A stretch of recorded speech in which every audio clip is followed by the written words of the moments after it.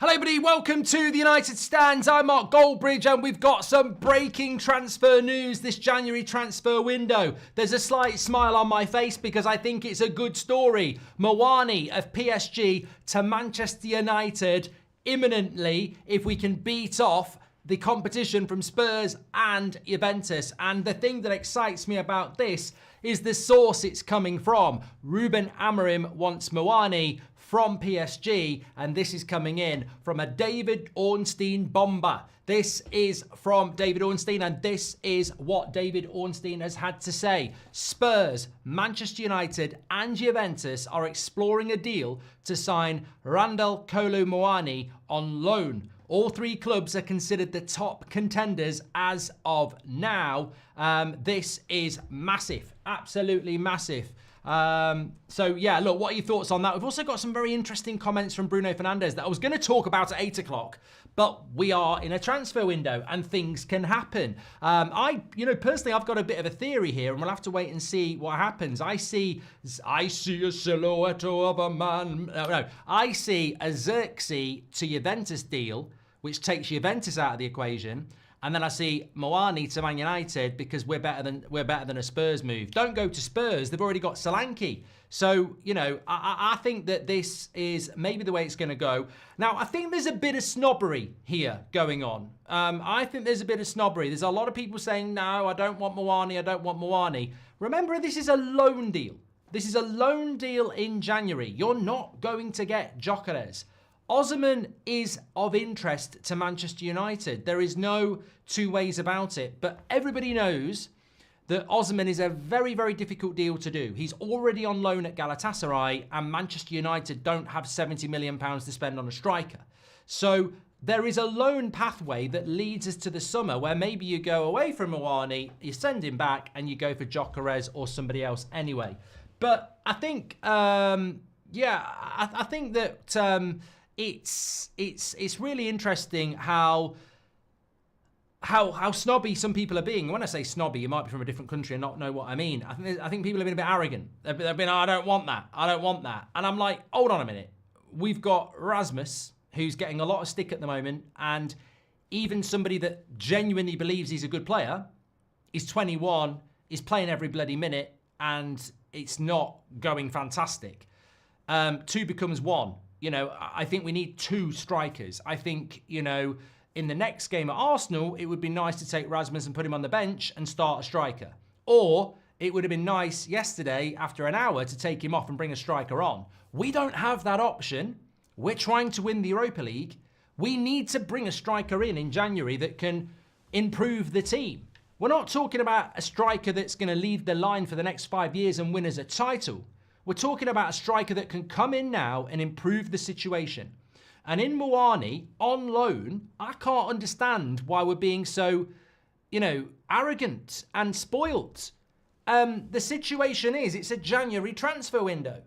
The situation is that Amorim's only been here a month. And the situation is that this wasn't part of the plan. It was meant to be Ten Hag in charge with Xerxes and Rasmus fighting for the top 4. Instead, we're 14th in the league. It's not worked out. We need a striker, and we've got a different manager as well. And in Muani, I think it's really important to understand what type of player he is. When you look at him, he ain't prolific. I mean, I'll get the stats up on it, but he's not prolific. There's no point in saying that he's prolific as a striker because he isn't. I mean, looking at the last 5 years... he was, 2018 to 2022, he was at Nantes. He scored 21 goals in 79 games. So 1 every 4 games. It's not prolific. He then goes to Eintracht Frankfurt and he scores 16 goals in 34 games. 1 every 2. He then goes to PSG and he scored 8 goals in 36 games. So he's actually nearly 1 in 5. So prolific goal scorer, no. And we all think of Muani and we think of that World Cup. We think about the World Cup final. We think about the last few minutes. We think about the one-on-one. Martinez saves it and Argentina win the World Cup. So look, I get it. But the arrogance of, we don't want this guy. What if this guy, for the next few months, is going to share the load with Rasmus? What if this guy is going to be the understudy to Rasmus? We don't know what the role is. But what we do know is we need a striker that comes in now and improves us. And I think he does. Maddison says he ain't that good. Based on what? What are you basing that on? I've watched a few PSG games. He was very good at Eintracht Frankfurt, and a lot of people wanted him. A lot of people wanted him. Juventus want him. Spurs want him. So I think everyone is saying he's not that good. Can we get the league table up? Can somebody get the league table up? We're 14th in the league, you prat. What are you talking about? He ain't that good. Have you checked us out? We're pretty shit as well. So, look, people want to climb the mountain, but they don't want to take the first steps. They want a bloody bungee jump to the top, which doesn't even bloody work and won't work. We're not signing Gyökeres in January, so grow up. It's not happening. You're going to get Muani on loan or something like it, and it's going to be a small step, and it might be a big step, and it might be a slipped step. It might be a Stevie G. But for me, I cannot understand the arrogance and spoilt behaviour from some people in our fan base who talk about patience, talk about a journey, but don't want to take a step on that journey. They want to get a bloody Uber to the destination. Well, we ain't got the money for the Uber. No one's going to pick us up. So you better get bloody walking. And what I like about Muani is that he ticks a lot of boxes of what we need. And I'm talking about Eintracht Frankfurt because that was the big season for him.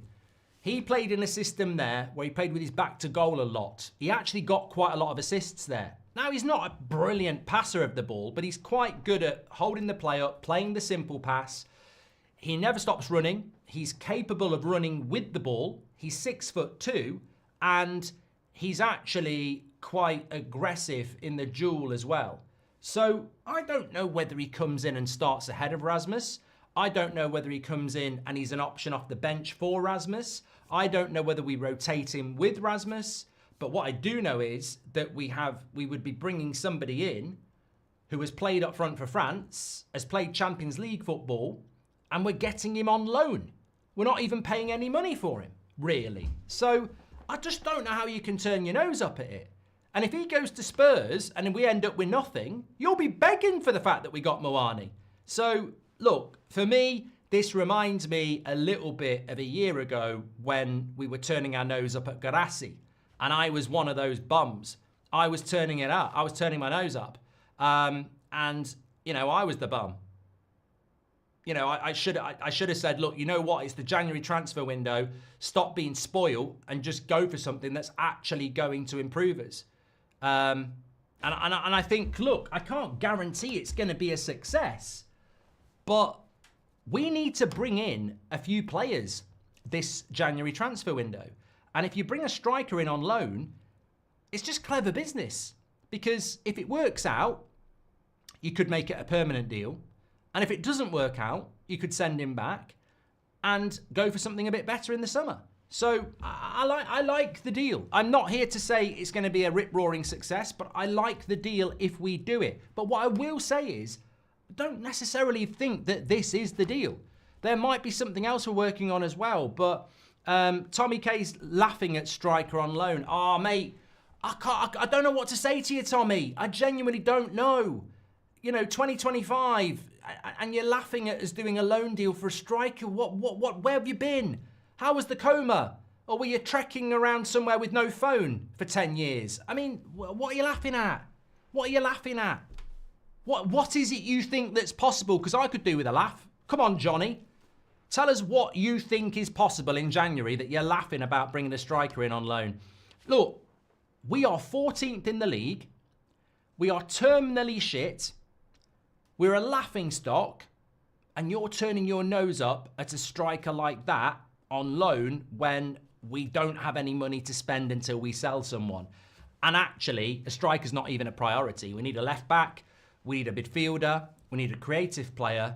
So I'm of the opinion that certainly better than nothing, and certainly something that improves our squad. And that's the way I look at it. So, look, you know, look, it's all about opinion, isn't it? I'm not here to say that you're wrong, but I don't really understand the negativity because it's a bit like sack Ten Hag, the bold fraud, and you go, for who? For who? No, it's not my job to know that. Well, come on then. Tell us the striker that we're going for in January. Tell me a better striker than Muani right now that's concrete. You know, that David Ornstein's talking about or Fabrizio Romano's talking about. Tell me a better option than that, because at the moment, all I see is speculation and bullshit. Oh, Osman, yeah, that's a very easy deal to do. Let's go and do that. Stefan, welcome to Members Club. Thank you very much. What do you think of Phil? Yeah, okay, super nostalgia. You're blocked, and I'm really not interested. I mean, we've been doing this for 10 years now, and you really think I'm going to read that out? Mate, it's 2025. I'd ask 2024 if you can go back. In fact, with jokes like that, I'd ask 2017 if I could go back. What a prat. Breaking news, welcome to Members Club. LMP 22KZ says, I'm not getting excited or disappointed by any signings anymore. No sure thing or clear flop. Said it before, Newcastle signings haven't always stood out as good, but improved them immensely. And everyone asking for Osman, he ain't coming now, says Sakin. And Daniel Eden says, 100% bring him in if we can. Fergie bought in Larson on loan and he improved our forward line without a doubt. We need help up front. I completely agree. I'll do a poll on this though. Do you think Amorim fancies getting Sancho back? No. God, what is it? Is Sunday the new? Is Monday the new Sunday? Or Attack of the Clowns? I can't believe some of the comments coming in tonight. Left you this morning, intelligent. Come back tonight, brains fried with stupidity. Okay, would you take Muani? Somebody in the chat just said, let's get Mamouche. Yeah, can I have £50 million of your gold fairy dust as well? I don't know what's happened. We draw with Liverpool when suddenly we've got a transfer budget of 3 million and we're winning the league. Well, let's go and get Mamouche. Come on. Anyway, would you sign Muani? Look, when somebody says something intelligent, I'll call it out. But come on, let's get Harry Kane. Yeah, I mean, I don't think people. I think some people just moan. I think some people just moan. That's what they do. Moan. All I could see in the chat yesterday after a good performance was Rasmus ain't good enough. Rasmus is not good enough. Rasmus is just not good enough, Mark. Rasmus is not good enough. 24 hours later, Muani's coming on loan. No, I don't want that. That's not what I want. And you're like, on the one hand, the striker we've got's not good enough. On the other hand, we bring a striker in on loan. No, he's not good enough either. And on the other hand, we've got no fucking money. So what miracle are you looking for? You don't like this striker. You don't like that striker. You don't like that option. And we've got no money. What is it? What is it we're looking to do? It's a loan deal. It's a loan deal. Not a permanent deal. It's a loan deal. And we see what happens. It's as simple as that. Mohak says, Ineos are no different to the Glazers, just another Weghorst. He's not another Weghorst. Come on. I don't think you watch football, some of you. I really don't. Even if you watch the World Cup, you know he's not a fucking Weghorst. He's nothing like Weghorst. Jude Dixon, welcome to Members Club. Do you think... yeah, I'm not reading that stupid Sancho comment again. Fucking hell. I mean, I just can't... I despair at how stupid some people are. How are we going to bring Sancho back when Chelsea have got him, he's happy, he's playing well, and they've signed a contract where they get him for 20 million if they finish in the top half of the table? How the bloody hell have we still got Zooms in our fan base that think we've got the power with Sancho? He doesn't want to be here, he's happy in London, and Chelsea have signed the contract. Oh, can we bring him back? Do you think if Amorim wants him back, he can bring him back? What's he going to do? Go and kidnap him? Get Luke Shaw to drive with a bloody balaclava on, singing his bloody raps? Bloody hell, come on. My only thing is, will he be another striker who never gets service? Well, look, Ash makes the comment of the evening. You know, I think it's a great point. You bring a striker in to a team that doesn't give any service to the striker. The funny thing I find about United at the moment is I think Martinez is our best. If you think about it, I'm pretty sure in the last 3 weeks, Rasmus's 2 best chances have come from Martinez. We're still not getting the service that we need into a striker. So that's another reason why I'd quite like a loan deal, because I would hate if we had any money to be spending it on a striker and expecting a different outcome. You know, the definition of insanity is doing the same thing over and over again and expecting a different outcome. we absolutely do need to bring people in. 74% of you have said yes in relation to Muani. So let me just give you another update here then, because there are a few other outlets talking about this deal. So it's breaking news from David Ornstein, who we know with Fabrizio Romano is very, very reliable. If you've been watching the channel today, make sure you smash a like and subscribe, by the way, because we have had a bit of content today. Xerxes, I did a video on a couple of hours ago. Very interesting conversation at lunchtime. I was basically asked where I was getting my information from, that it's coming from Xerxes' agent pushing for a move to Italy. I said, I'm not getting it from anywhere. It was a bloody opinion, but they basically confirmed it was true. So we know that Xerxes and an exit to Italy is very, very possible. And we know from Fabrizio that those talks with Italy, Juventus and Xerxes people has been going on for weeks. If Xerxes goes, we need a striker. If we get a striker, Xerxes needs to go. So I think that is ticking along. And I think Amorim saying after the game yesterday that he'd like him to stay, but the transfer window's open and we'll have to wait and see. To me, that's just a verification that we're looking to do something with Xerxes. We then get this David Ornstein drop that Spurs, Man United and Juventus are exploring a deal to sign Muani, and they are considered to be the top contenders as of now. Now, David Ornstein is not a journalist that's up for hire. I think there are journalists out there that can be very reliable, but are more than happy to put a story out there sometimes to generate interest for an agent. David Ornstein is not that. So you take this to the bank that there's a very big chance Muani's going to Juventus, Spurs or Man United. Now, as I said, Motta is Juventus manager. He wants Xerxes and Muani. We want Muani. So there's probably something that takes Juventus out the equation there and moves Xerxes on. Ideally, I see a scenario where we sell Xerxes to Juventus, we loan Muani in, and we have a bit of cash to go and get a left back or a midfielder. That would be ideal. Laurie Whitwell has said that Muani was one of 2 names on the list of strikers in the summer of 2023. His versatility as an all-round forward is appealing to Manchester United. And I don't know why, stereotypically, I think people look at Muani and see a fast striker. He's more than that. He is aggressive, he is good in the press, used to be a winger, and he's not massively a goal scorer in the sense of coming in and scoring 30 goals. There's more strings to his bow than that. But I do think he would come in and work hard and help on the link up and be aggressive more than Rashford or Xerxes can.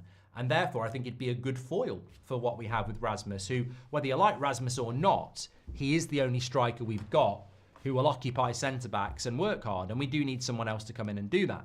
Now, Ben Jacobs has said in the last half an hour, among others, Man United have considered Muani.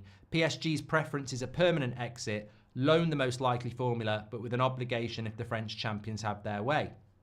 And I'm starting to think here, well, is Marcus Rashford in the equation here? Because PSG are struggling to score goals as well. If we're going to do something with Muani, is there something to be done with PSG?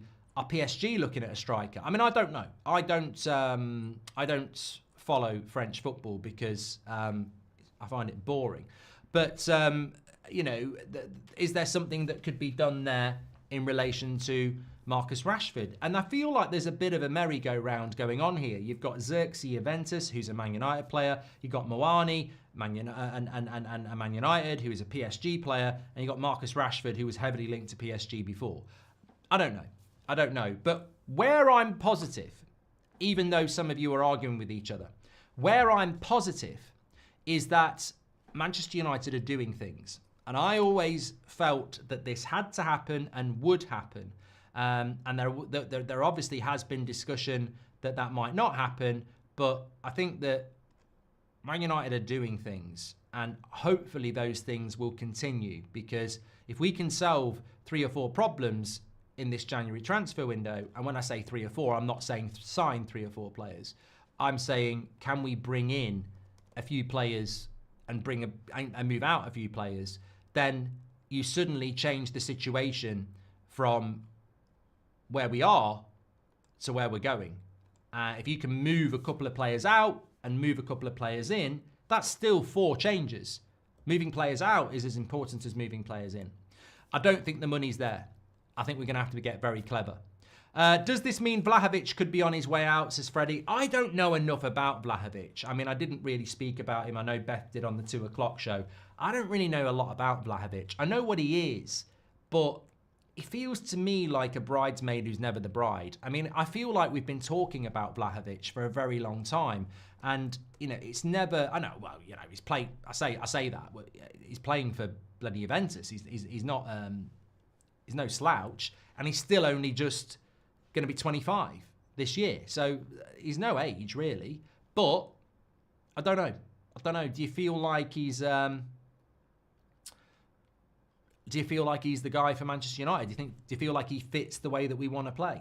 So Rasmus was 72 million. How much is he now valued at, says Vinny? We're not talking about Rasmus, mate. And we could play that game with Casemiro. We can play that game with Martinez. We can play that game with any player. Why don't you just say you think Rasmus is shit? But we're not talking about that. We're talking about the fact that we need 2 strikers. And we're talking about which striker we're going to bring in. And we're talking about why people are turning their nose up at Muani when we have no money. And I mean, I just can't understand that people would rather walk out of the January transfer window with nothing when you could have Muani on loan. It's not perfect, but you know what? When you move into a house and you've got no money and somebody offers you a sofa, do you say, don't like the colour of that? You take the fucking sofa. Like, we are starting from, well, I don't know where we're starting from, but we're not starting from a good position. Every other manager that's taken over Manchester United has started from a better position than this, even Rangnick. We've never been 14th with a new manager. So we are starting at we're not even starting in the basement. We're lower than that. We're starting in the sewer. So I don't know why we're turning our nose up at options like this, really. Jack says we're not a serious football club, but why, Jack? I mean, you can't just throw comments out without telling us why, because we'd love to know what you mean. Yeehaw, yeehaw, yeehaw. Welcome to Members Club. Mark, we need to sort out the graveyard so our striker, whoever that might be, can put a shift in. I'd take Muani to support Rasmus, as Andy Cheatham. And Ash says, my only thing is, yeah, we've done that one from Ash, isn't it? It's about whether it's a graveyard shift or not. Not prolific, but Kolo complements Ahmad Garnacho, even Bruno's game, better than Rasmus does at the moment, says Senor. It's a different low-risk option, worth the loan, do it. I think you've got to look at Muani and Eintracht Frankfurt, and you've got to listen to what Laurie Whitwell says about how Man United were looking at him then. The PSG deal hasn't worked. I don't really understand why it hasn't worked at PSG, but it hasn't worked. But at Eintracht Frankfurt, it was something that was good. So I think, and when he was there, I'm not saying he's Harry Kane, but in that Eintracht Frankfurt team, he did a lot of similar things to Harry Kane in the sense that he scored goals but assisted as well. He's not like Harry Kane. That's not what I'm saying. I'm just saying he played a similar role to Harry Kane in the sense that he was as much a goal scorer as he was as part of the link-up. And we do need that. We do need that. I don't think Man United need an out-and-out greedy goal scorer. I think Erling Haaland in a Man United shirt would struggle. You look at Haaland at Man City when he gets locked down. Imagine what he'd be like at Man United. No service and locked down. Your striker's got to be part of the build-up in an Amorim system. And, you know, Muani could give us that. Where am I really on it? You know what? I've given a bit. I've called people out for being a bit spoilt in that. Let me just break it down. Because if we were in the summer and Muani was our striker option, I would be there with you saying we're not serious. We're not serious as a football club. If Muani's the guy that's solving our problems, we're not serious if we're doing that in the summer. But in January, when I know we haven't got any money, and I know that we've got to sell to buy, and I know that... it's all right, it's Muani.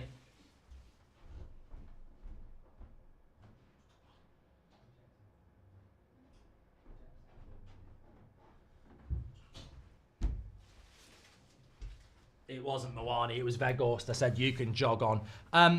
In a January transfer window where we've got no money and we need a striker, but we need other options as well. The reason I'm okay with this deal is fivefold. One, he's experienced. You know, he's not a kid. He's experienced. 2, he's played the role we need. We need somebody that's willing to work hard, you know, occupy centre-backs, link up the play. 3, it's a loan deal, so it's try before you buy. And 4, it's a player that is quick. I think we need quick in the final third as well. And I don't like saying that, but I think we need quick, definitely. And there was a 5, and I forgot what it was now. Yeah, I forgot what number 5 was. But you know, I'm not saying it's perfect, but it's better than nothing. And it does tick a lot of boxes. And in a January transfer window, we're 14th in the league.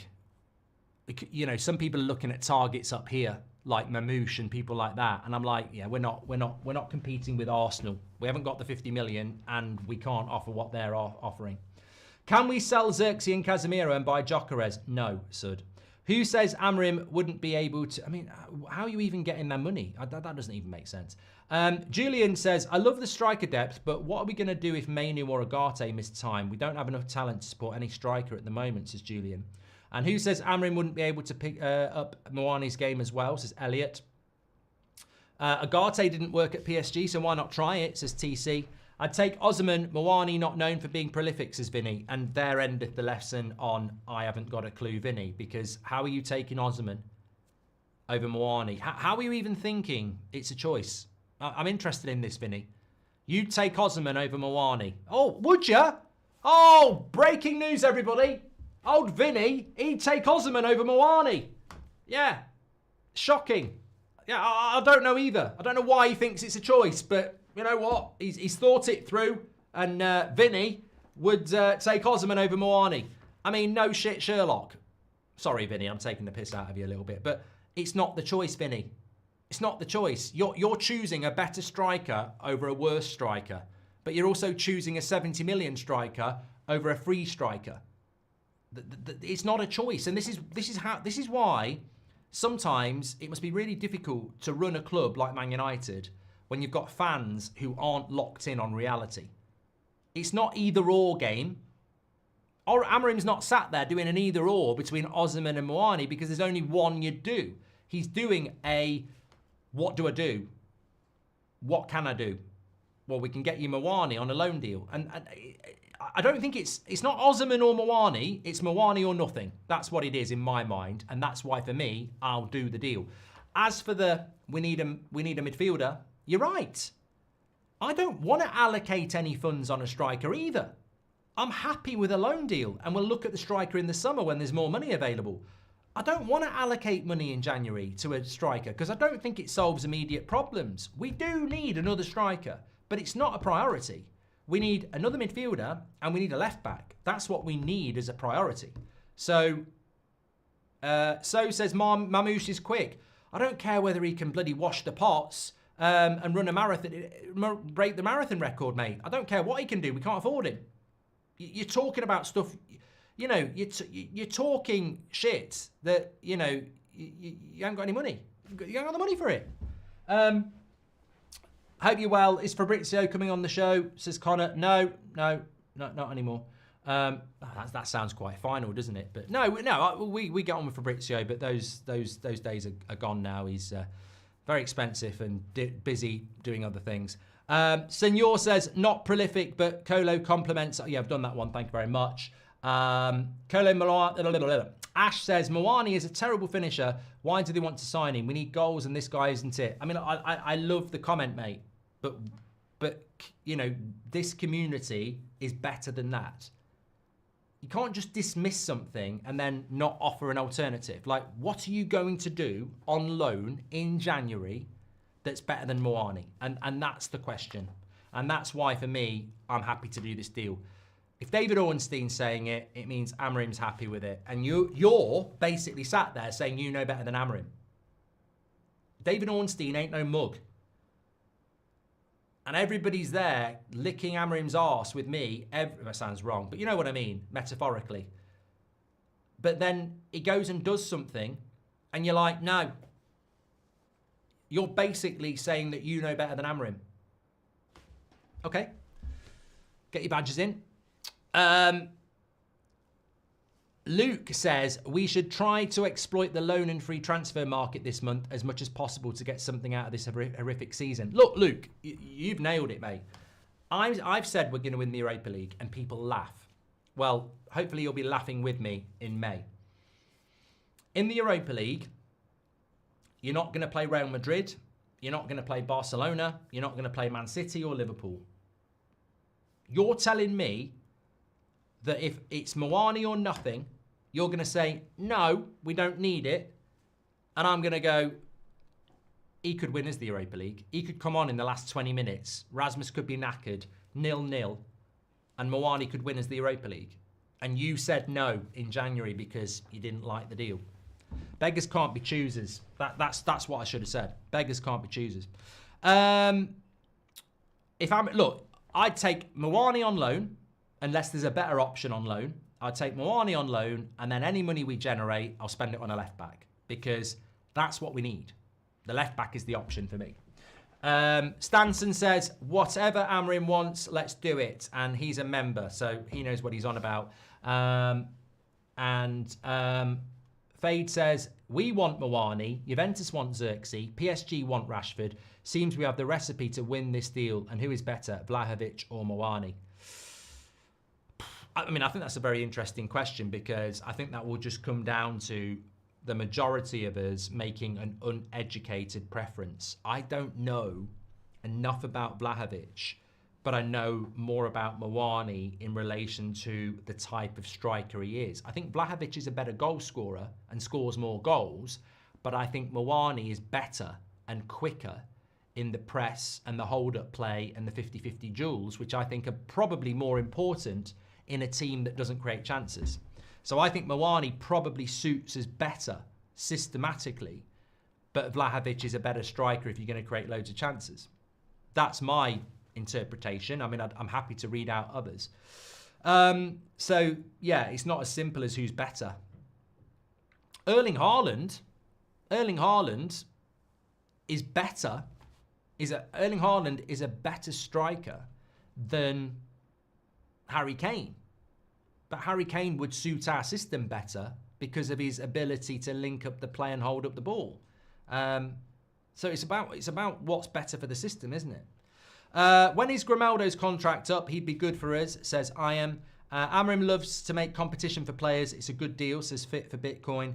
Is Muani injury prone? I will just check that because I want to move on to these comments from Bruno. It's a very good point.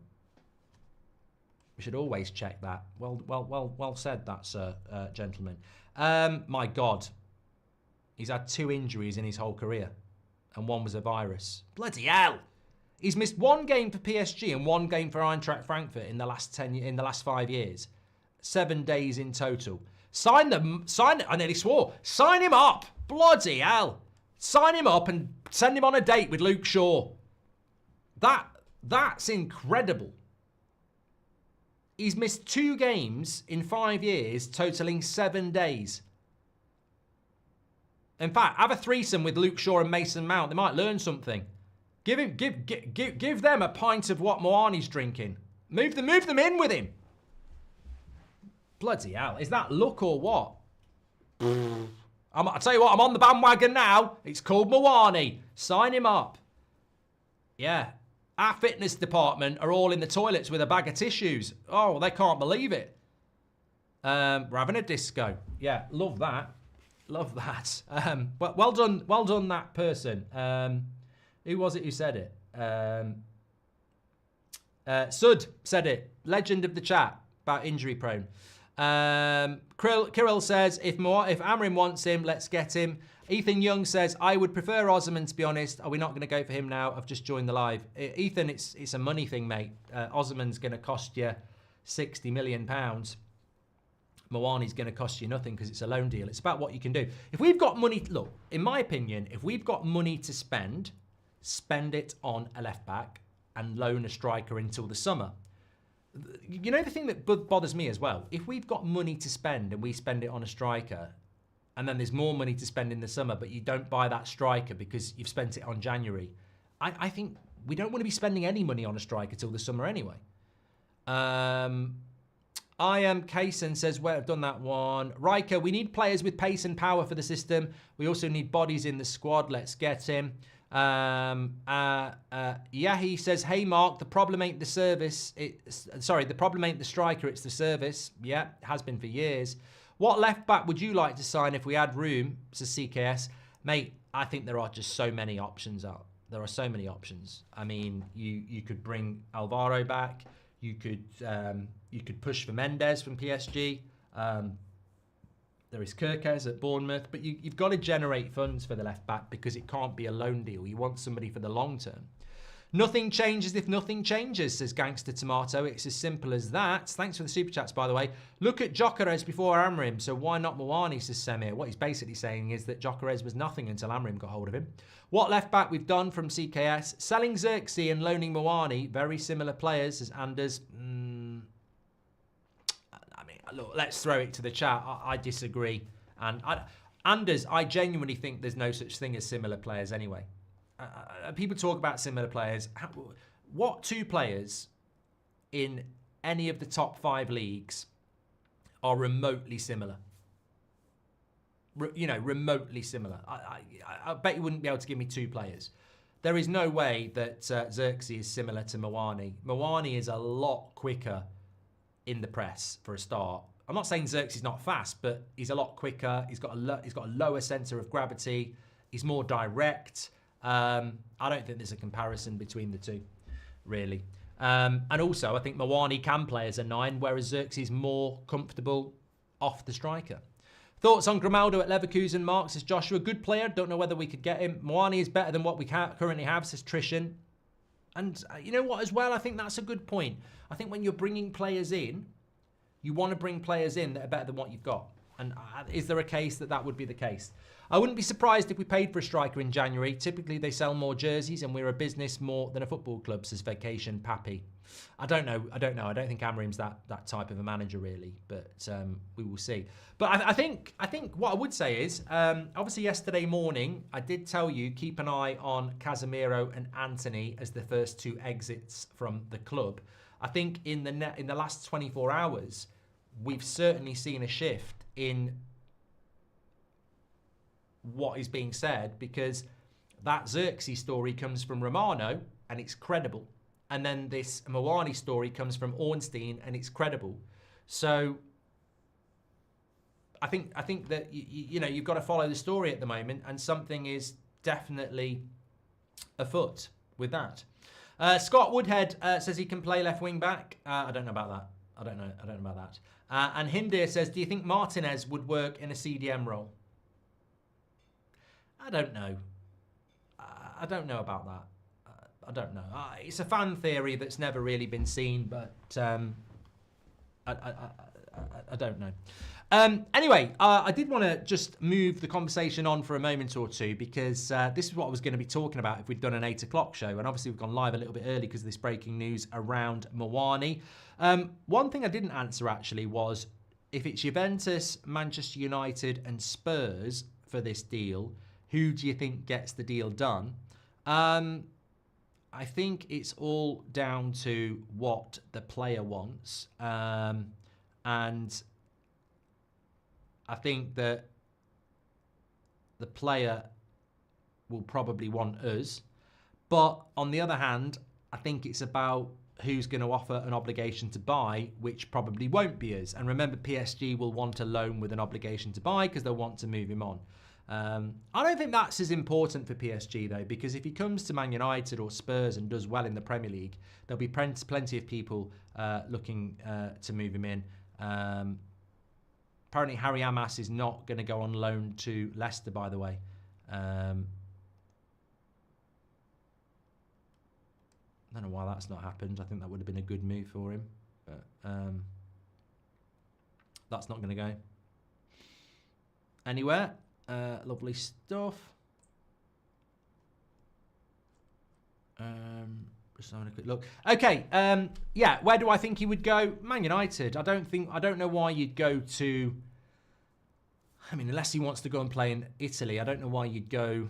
I mean, worst case scenario, he goes to Juventus and Xerxes stays at Man United. Is that worst case scenario? I know it sounds a bit harsh, but you know, if we can get our money back and bring someone in on loan and then go for somebody more expensive in the summer, I think that's the pathway most people would want. The issue with Xerxes for me is he just doesn't suit the system very much. We'll just have to wait and see. And why would you go to Spurs when Spurs have got Solanke and they've spent a lot of money on him? Where are you going to play? Thoughts on David? Would you take him at United, says Gangster Tomato? I think Jonathan David remains a very interesting player because he's out of contract in the summer, and yet I've heard absolutely nothing about anybody going for him. I don't even know what Jonathan David is doing at the moment in relation to Lille. Everton have been linked to him. Spurs have been linked to him. West Ham have been linked to him. I don't know what it is about. He's another one. He's a bit like Vlahovic. I don't really understand. He's scored a lot of goals in that league. I don't really understand it. I don't really understand Jonathan David. People have obviously looked at him and don't really fancy him. I don't know why. Phil says, what's your honest opinion? He's been at PSG for a year and has been frozen out of the squad. Is that a worry? Well, it's a worry. It's a good question, Phil. It's a worry in the sense that Man United's recruitment is terrible. But it's got to get better at some point. And we can set the parameters of you need to buy players that are hungry with the right personality. If we bring somebody in who's been frozen out of PSG because he's got a bad attitude, then more fool us. But if we're looking to do it on a short-term deal and we think he'll come in hungry and help us out and then we'll move him on in the summer, maybe it's a clever thing to do. Like, you don't necessarily... I think sometimes people struggle with a loan deal because they want it to be a long-term deal. But sometimes, like somebody said about Henrik Larsson, a loan deal can be specifically selfish. And as Drip Football says, Agate was frozen out at PSG, and no one's complaining about that. And that's a very fair point.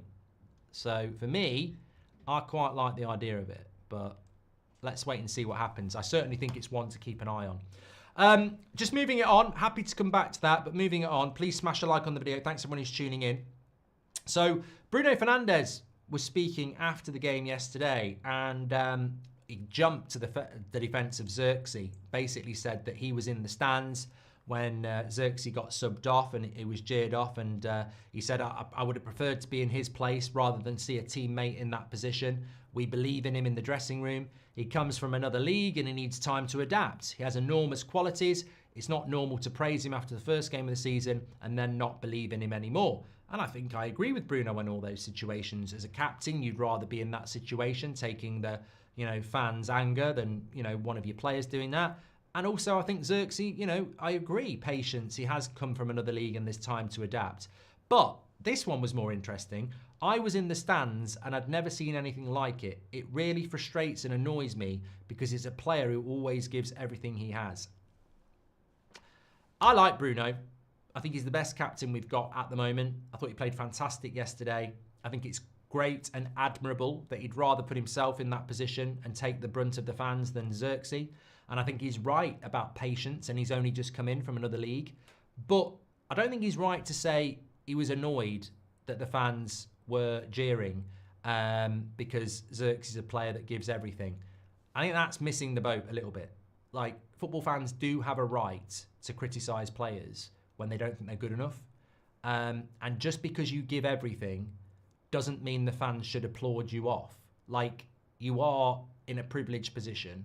You are earning a lot of money, and we are 14th in the league.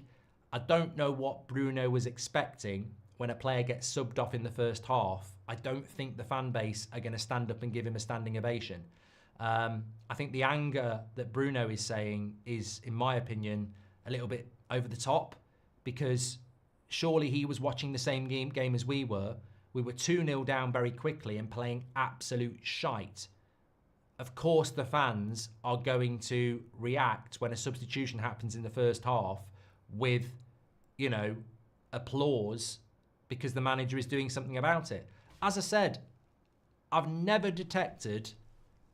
look, in my opinion, it was a big, massive, typical, over-the-top reaction to something that I've never witnessed. And we've been doing this for 10 years. And I spend a lot of time reading away from this community, but it's a big community. And I agree with just Kevin. He was the sacrificial lamb. I don't detect and never have detected that this fan base doesn't like Xerxes or blames him for where we are. He was a sacrificial lamb. He got subbed off, and the fans in the ground did what they did because they were mightily pissed off with the performance and saw a manager that was doing something about it.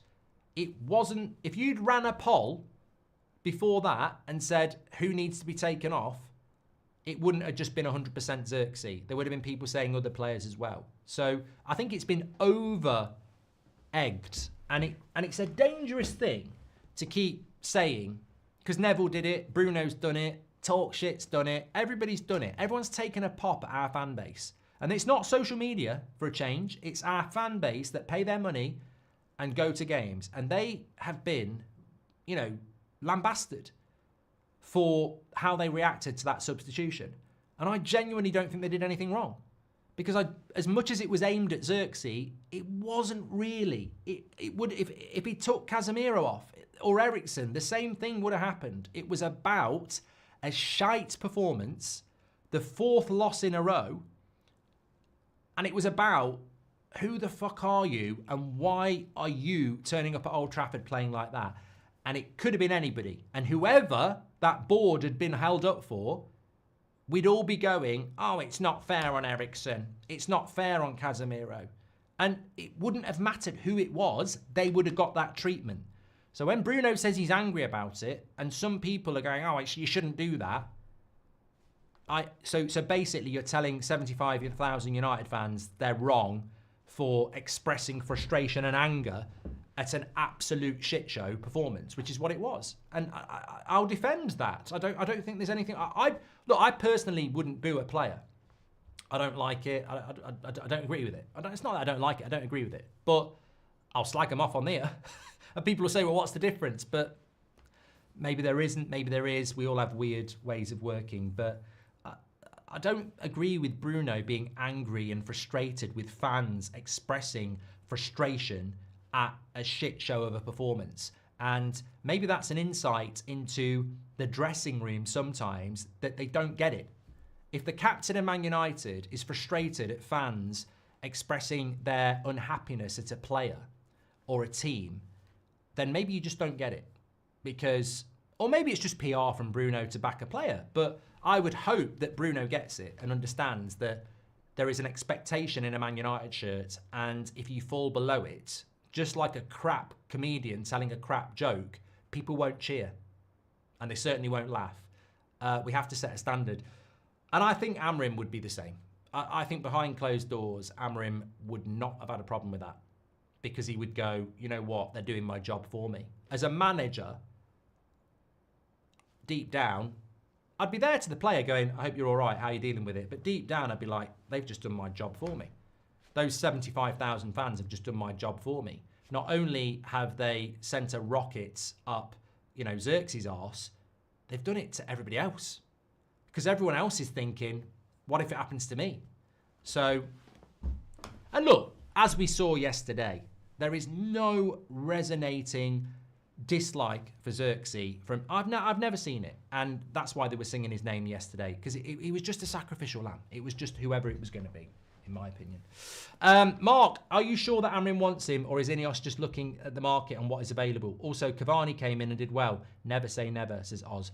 I don't think, well, I don't think I know that Man United don't operate a system where they go and get players without the manager's say so. There's been more than enough time now for Manchester United to assess the situation with Amorim. And I would imagine over the last 3 weeks, discussions have been had about strikers, and Muani's name has been mentioned. I mean, we've been linked to Muani for about 6 weeks now. We were linked to Muani 6 weeks ago, I remember. So Amorim may have come in with that idea, or may have been presented that idea, and certainly it's probably of the same opinion as you and I. Is that the best we can do? let's do it. Because it's better than nothing. And I can work with that. So, yeah. Why haven't we tried Martinez at left back, says Kay? Not quick enough. I know it's irrelevant, but on FIFA, these are my signings. Kolo, Muani, Angel Gomez, Danzo, Mendes, Antonio Silva, Kuna. Well done, Duke. I mean, I'd love it, but we ain't got the money for it. Remember, Isak wasn't banging goals in the Bundesliga. Always give player a chance, says Sihan. If we sell Xerxes, would you take a left back over a striker, says Dan? Yes. I think any money we've got needs to go on a striker. I mean, as I said, if we could move Anthony on and Casemiro on and Xerxes on, I would bring in Kirkes and Muani on loan. I'd be over the moon. Casemiro out, Xerxes out, Anthony out, and then you bring in Muani on loan and Kirkes. I'd love it. I'd absolutely love that. We need a left back. Scott Botham says, I might get cooked for this. Oh, I was at the ground. I booed when he was taken off. You're right. Was frustrated at the team. Once I calmed down, I felt bad. And that, Scott, but you know what? Well done, mate, for the honesty. I think that's exactly what happened. Well, you did boo Xerxes, but it wasn't because it was Xerxes. You booed him because he represented the sacrificial lamb being subbed off because the whole team had played shit. But people have tried to make it about Xerxes because he was booed and jeered.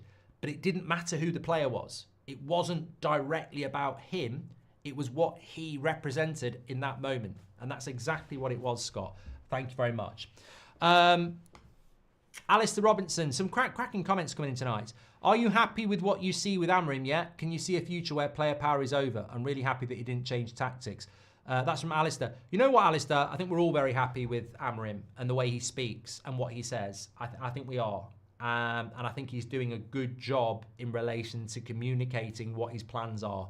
But what I will say is, like some fans when we beat Everton 4-0 and said Amorim balls here and looked like prats a couple of weeks later, even though Amorim warned them.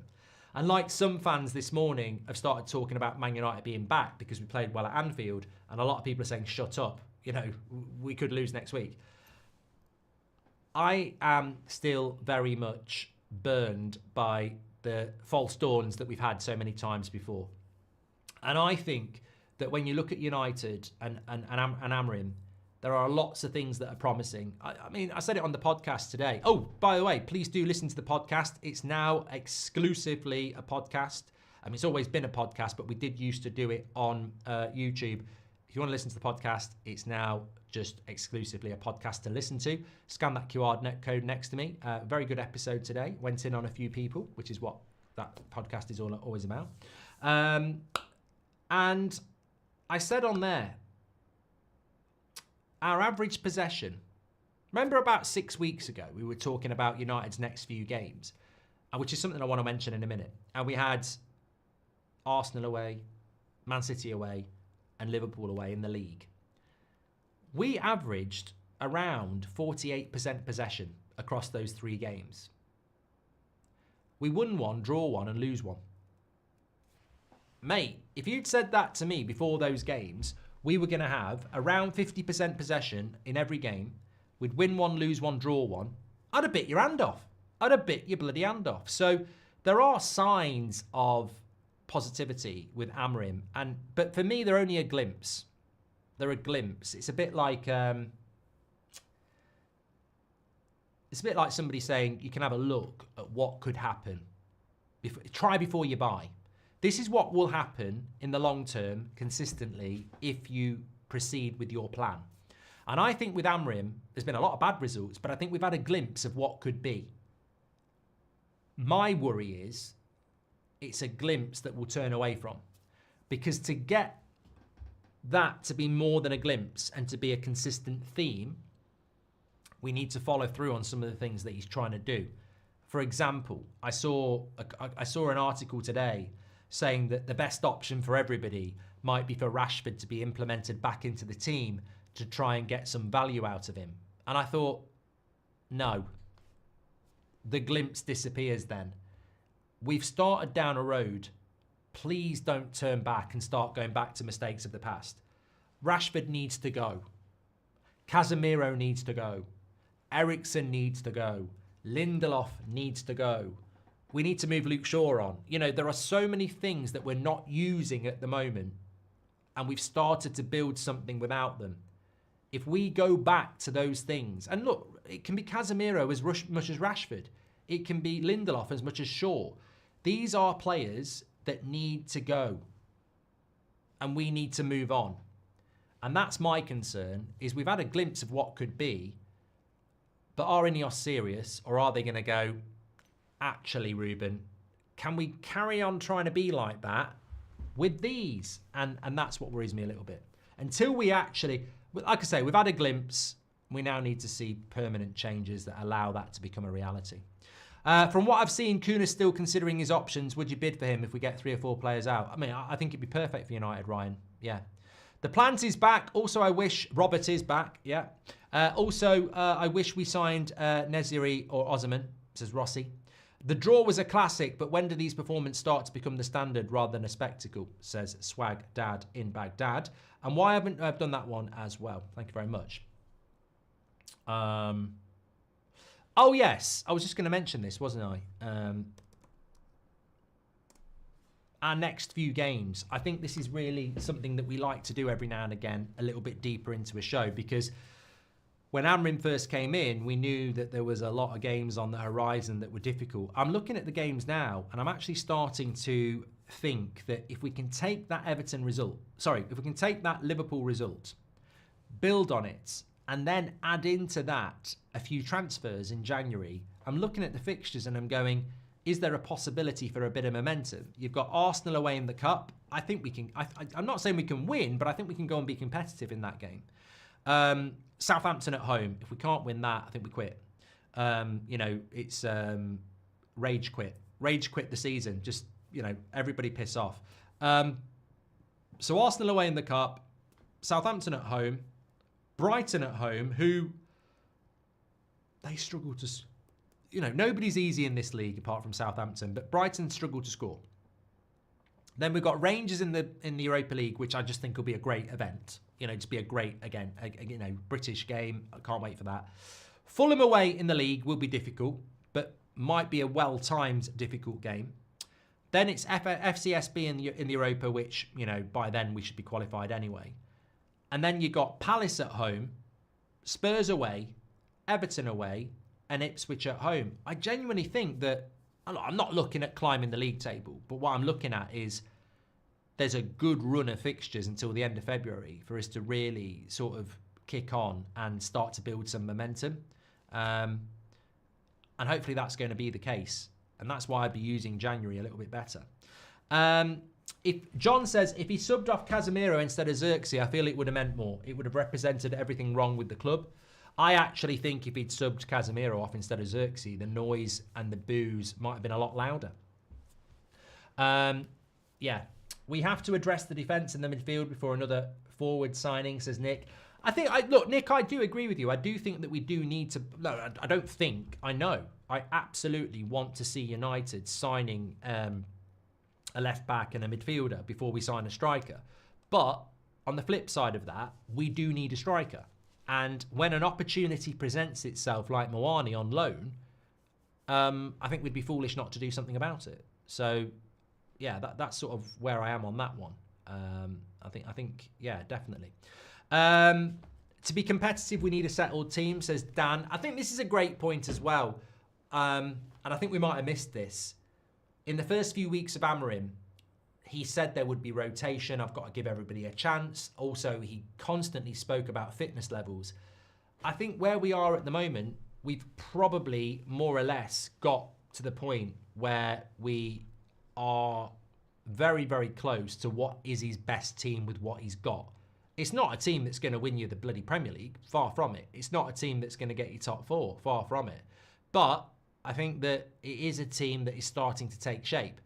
You've got a very interesting update coming in. A very interesting update coming in. Saudi Pro League is hopeful of signing Casemiro from Man United in January. The most likely destination for Casemiro is Al Nassr, with Ronaldo keen on the deal. That is breaking in the last few minutes. And this, to me, is absolutely massive, because I said this to you yesterday morning.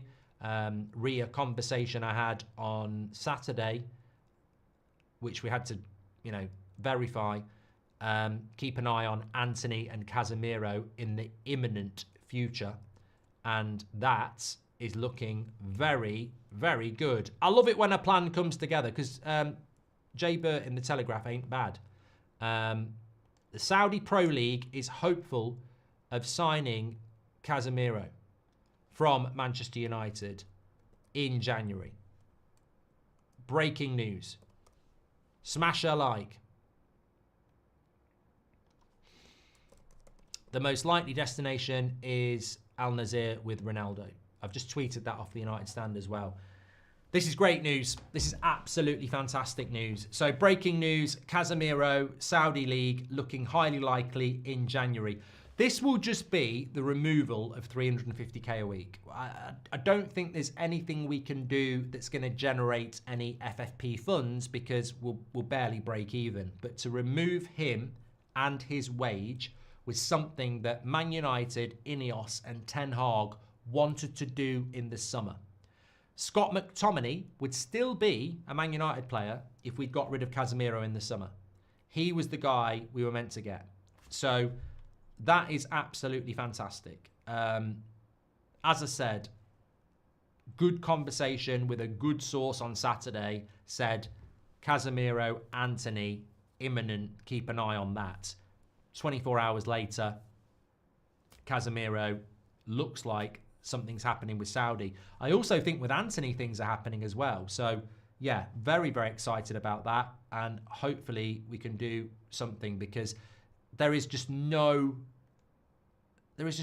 point in Casemiro anymore. None at all. He's expensive and he doesn't offer anything in a sense of what we need. Yeah.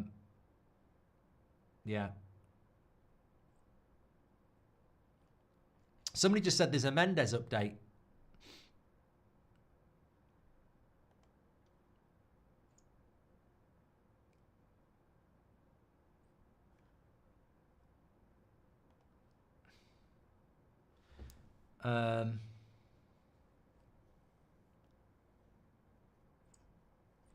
I can't see one. Has anyone got one? But that's a great update, that is. I mean, Muani in on loan, Casemiro out to Saudi. I mean, we've had worse days. Okay, it's from the same journalist. Manchester United are pushing for a deal to bring in Mendes. Amorim wants to make Mendes his first signing at United. The deal will be difficult to finalise with PSG hoping he will stay. That's from the Telegraph as well. So, very interesting.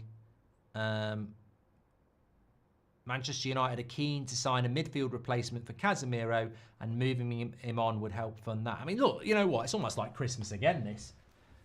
It is. I mean, look, I hope this momentum can build from stories to realities because Muani on loan, Casemiro out, Mendes in and a midfielder in. I mean, that's the sort of urgency and ambition we need to see at Manchester United. Look, even I will concede it's very difficult in January to offload Casemiro, Anthony, Xerxes, Rashford, and bring in Mendes, Muani and a midfielder. That's incredible to do that in 4 weeks. But if we can do 4 deals in 4 weeks, I'd be over the moon. And yeah, Casemiro, I'm confident is going to go. I said that to you yesterday. Anthony, I think, will go on loan. Muani on loan and a left back, and I'd be very happy if we can move Rashford on as well and bring a midfielder in. It's fantastic. And I did say this. Look, Ineos are under fire big time, deservedly. They've done a lot of things a lot of people don't agree with. But on the pitch, I quite enjoyed the summer transfer window. I would argue with anybody that was a good that was a good summer transfer window. I like Tagarte, I like De Ligt, I like Mazraoui. Yoro looks like he'll be brilliant. Xerxes, okay. But 4 out of 5 ain't bad. And 5, Xerxes could still work. So they've had a very good summer. The outgoings, Wan-Bissaka was a good deal to move on. McTominay was pure profit. So we've got a new manager in now. I genuinely want to see United kick on, and we need to kick on quick. And the best time to bring players in is now. It's just whether we can get those deals done, and hopefully we're working on them very, very quickly. So yeah, quite a lot there. Muani on loan, according to Ornstein, is being worked upon. Casemiro to the Saudi League is advancing, according to the Telegraph. Mendes is a deal that Man United want to do, but it will be difficult, the left-back from PSG. And a funny thing is, Mendes' injury record's terrible. Muani's injury record is incredible. I mean, could they balance it out each other? I don't know. And we're looking for a midfielder as well. And let's not forget, Rashford is still quiet, but a deal that we should be looking to do. Omar says, what do you think about Mamouche, Mark? Look, Mamouche to me looks interesting. I haven't seen loads of him, but he does look interesting. But he's a player that Arsenal are being linked to, and it's a player that's probably going to cost £40 million. So I think it's a tough deal to look at, to be honest. But and it's not a deal that we're looking to do. Just a little bit more on the Casemiro deal as well. We've spoken about this before. Matt, the editor's just messaged me. Basically, a lot of the Saudi clubs are full allocation on foreign players. However, Al Nazir have just sold Fofana to Rennes, so they have got a spot for another foreign player and a midfielder. So it's looking like a lot of people will say, well, there's not a space. They've got their full allocations. A midfielder has actually left Ronaldo's team, and it's a midfielder. So it opens up a foreign spot there. Mendes coming in, says Braden. A few people saying Muani's garbage, but I could throw it back that you're garbage because you're not giving an alternative. All I've heard is Osman or Mamouche that you need a minimum of £50 million for. So you're just not being realistic at the end of the day, are you? You're not thinking it through. Luke says, any Nipan news? It's gone quiet on Nipan. I was told to keep an eye on that. And we were told that it's obviously the off-season for the Norwegian League and he would be having talks with the teams. I mean, again, things can happen from nowhere. But I'd be surprised if he just went back to Rosenborg without agreeing a deal with somebody. So, yeah.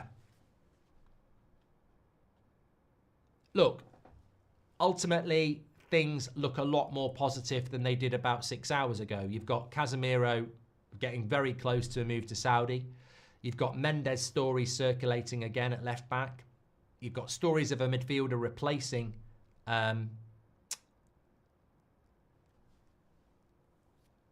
Casemiro. And you've got a striker coming in on loan, potentially, according to David Owenstein. I mean, I don't want to say we're spoiled because, you know, I wouldn't ever describe us as spoiled. But it's encouraging that there's a lot of deals potentially being worked on there. And if we can hit some of them, absolutely fantastic. And look, as I said, with Chelsea, they had such a good transfer window 2 years ago in relation to the amount of volume deals they did, and people sort of mocked them. But what I like about a January deal is, one, it can really help you in the second half of the season.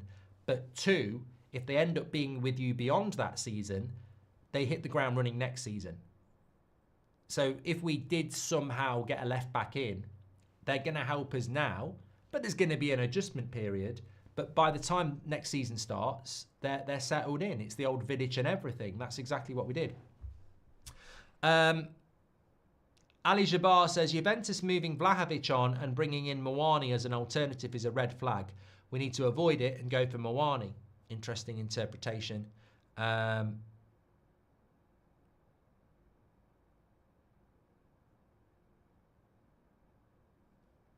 Rashford is the best player of Man United, says Ronnie. Okay. I think we should consider Douglas Luiz at Juve. He's lacking game time under Motta. I mean, he was a fantastic player. I felt that Villa arguably sold their best player to satisfy FFP, and he's proven, isn't he? Jed says Mark's bang on. It's a loan that serves a purpose for what we need right now. I don't want a permanent move, but loan all day long. Yeah. We've got good relationships with PSG. Emmanuel says you always champion anyone with less chances of benching your boy. I can't believe this. This is not an agenda channel. I don't do Player FC, so I don't know why I get accused of it. But I'm not a coward. I'll face up to anything. I don't know what you're talking about, mate. Muani could bench Rasmus very easily, very easily. At the very least, he'd be competing with him, which is exactly what we need. I'm not scared of. Look, I like Garnacho. He's not started for weeks. I'm not bothered about Player FC. I don't care as long as Man United win.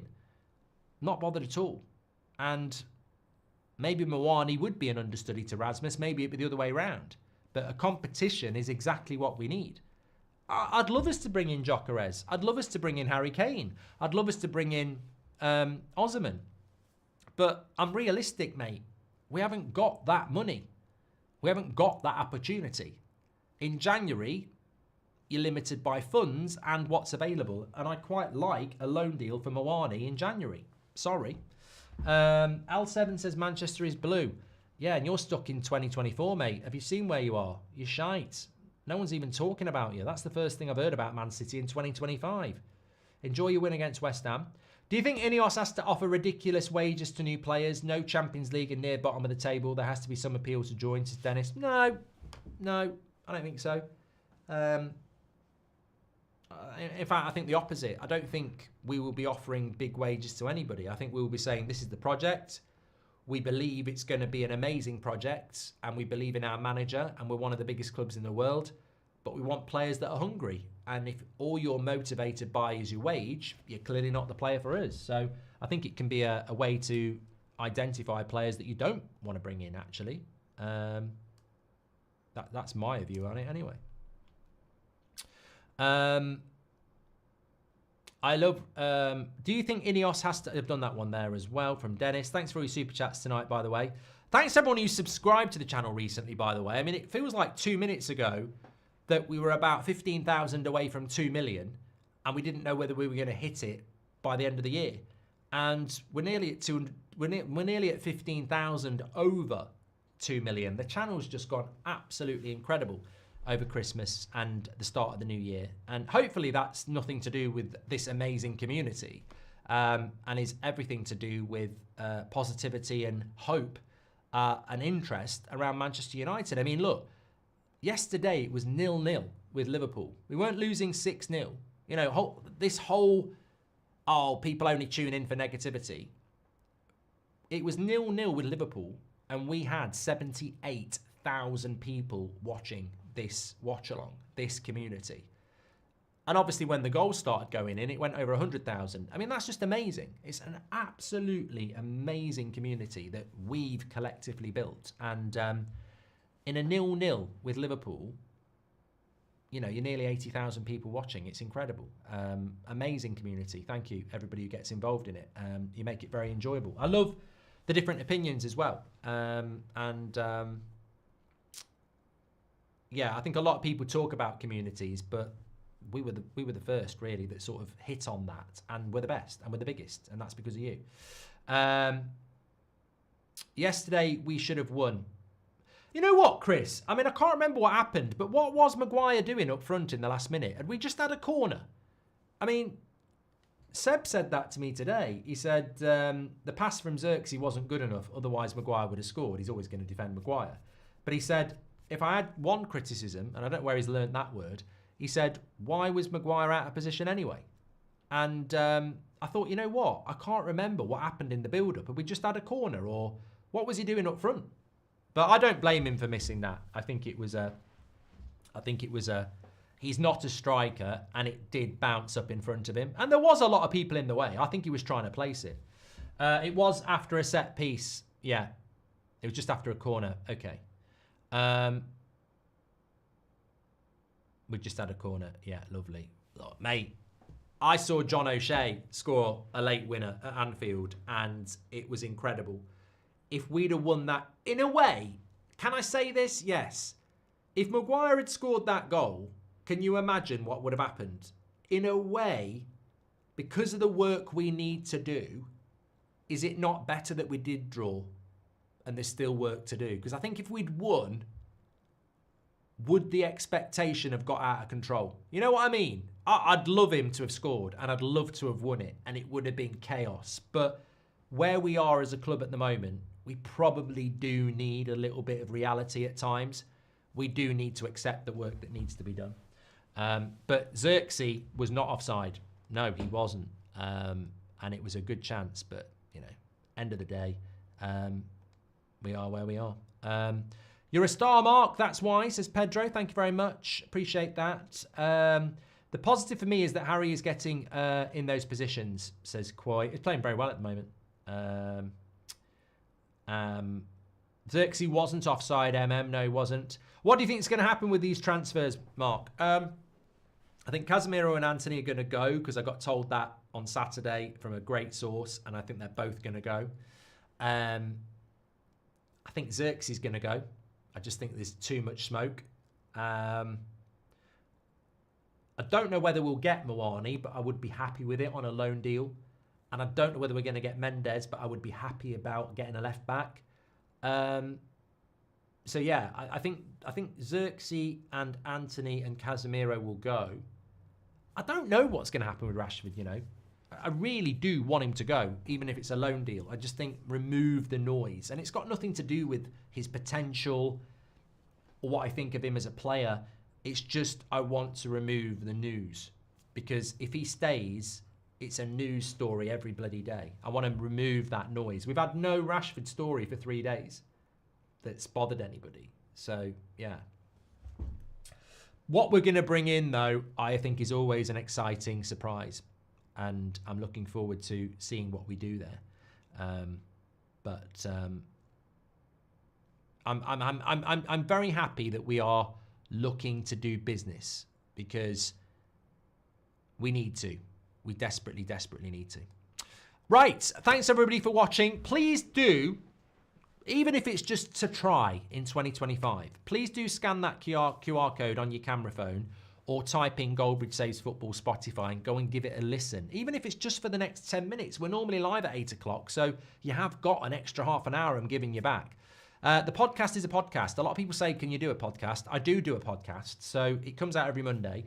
Please do support it and give it a try in 2025. A lot of people do, and we like doing the podcast. It's something a little bit different. So check it out. You can scan the QR code or go to Goldbridge Saves Football on Spotify and give it a listen. You've been absolute legends tonight. Thank you for all the different opinions. That's what makes it what it is. The transfer window is open. So, you know what? We didn't actually get many in the summer, and we will be back at 10 o'clock tomorrow morning, of course. But if something did happen at 10:30 tonight, we would go live. So let's wait and see if anything does over the next few weeks. I'm hoping we do get a few. I'm hoping we get a good month. And I'm hoping we do get some good signings. Double D's just drops in at the end. Where are we as a club at the moment is that we expect this team to let us down next time out. Next big games are Southampton and Brighton. Then we'll start to see what 2025 will bring. I agree. I think the Arsenal game's difficult. So as long as you don't get your arse handed on a plate, you'd accept a performance and maybe not a win. But Southampton and Brighton, they're the two games where, you know, you've got to get up for those games because they're not Liverpool and Arsenal. Thank you for everybody for watching. Apparently there is some Anthony news. I don't know what it is, but I gave you that news on Saturday. They're the next two players going out, very much so. Take care, everyone. Stay safe. Subscribe, smash a like, and please do check out that podcast. Go and give it a listen. Speak to you all in a bit.